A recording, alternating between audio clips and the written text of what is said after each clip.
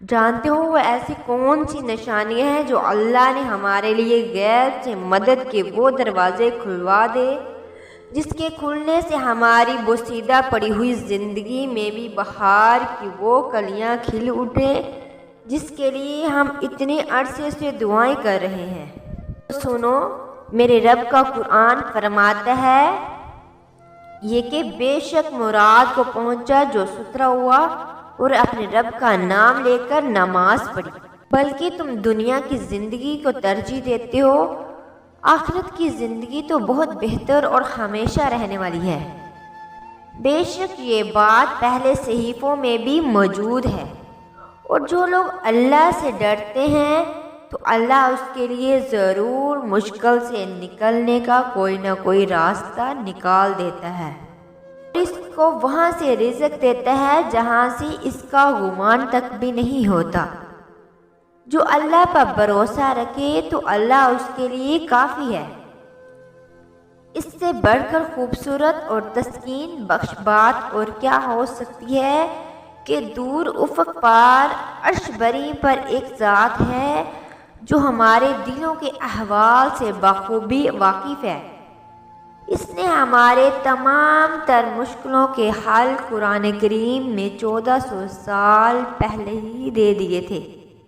اگر تم اپنی زندگی میں بہترین موڑ کے متلاشی ہو تو یاد رکھو کہ تم نے اس قرآن کریم کو سمجھنا اور اس کی تعلیمات میں سے اپنے مسائل کا حل ڈھونڈنا ہے۔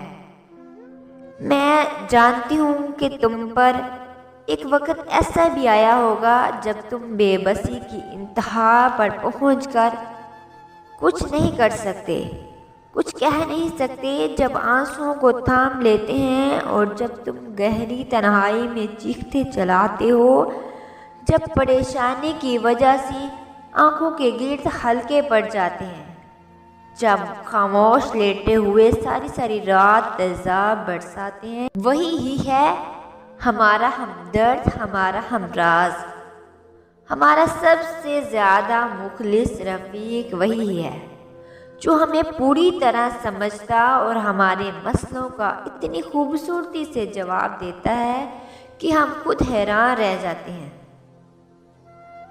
جب تم سمجھتے ہو کہ سب کچھ ختم ہو گیا ہے، خوشیاں مجھ سے روٹھ گئی ہیں اور دل کے کسی نہ کسی کونے میں بہترین وقت کا انتظار ہے، تو سنو، اگر سب کچھ ختم ہو جاتا تو موت کے بعد ایک اور زندگی کیوں ہوتی؟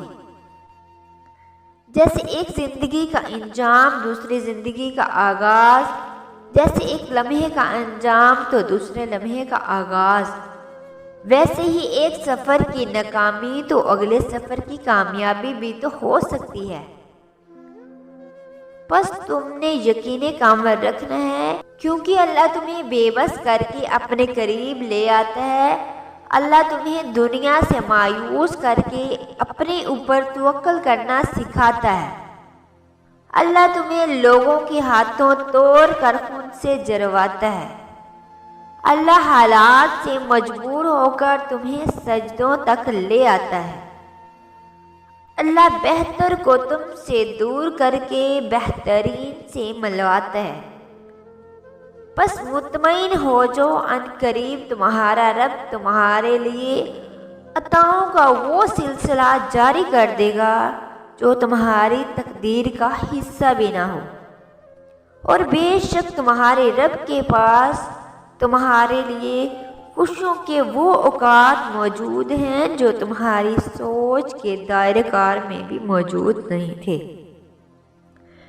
بس اپنے دل میں تنگی نہ رکھو، وہ تمہاری تکلیف کا ازالہ بہترین طریقے سے کر دے گا۔